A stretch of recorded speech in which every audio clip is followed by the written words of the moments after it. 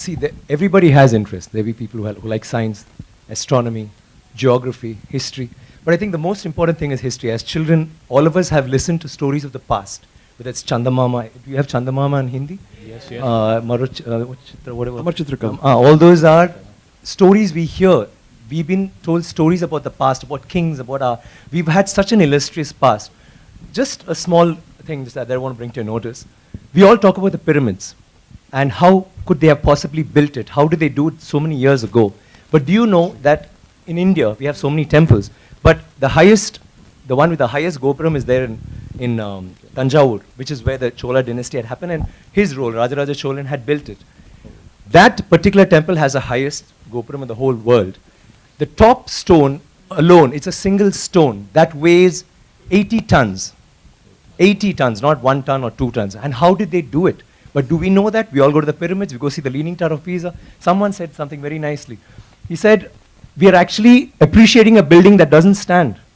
It's falling over and wow, let's take a picture, let's take a selfie, and we're getting excited. But we have temples today that stand and they didn't use plaster.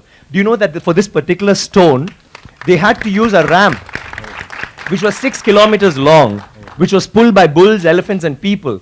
6 kilometers long to get it up there, without any machinery, without any cranes, without anything. And they didn't have plaster. It's withstood 6 earthquakes.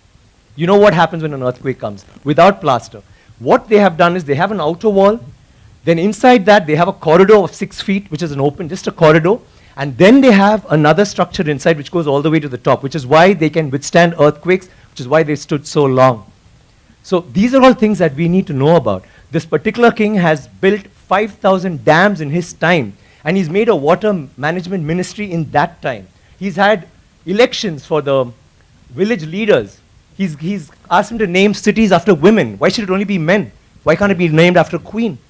And they've had hospitals, free hospitals, and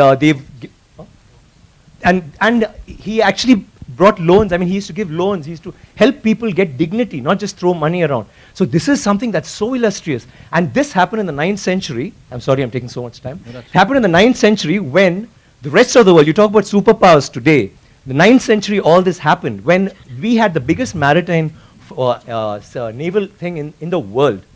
And it went all the way to Bali, all the way to Malaysia, and went till we sent emissaries to China. And you know what was the superpower doing then? America hadn't been discovered by Columbus till 500 years later. So think about our culture, think about how advanced we were. We need to be proud of this. It's nothing to do with North India, South India, West India, East India. It is, we are Indians. And we need to feel proud about that. And England is so illustrious, but Englands were invaded by the Vikings, and the Europe was in the dark ages during the 9th century. They had nothing going on. So don't you think we should celebrate history? Absolutely, absolutely. Thank you very much. Thank you. Manish, I need water, please. Manish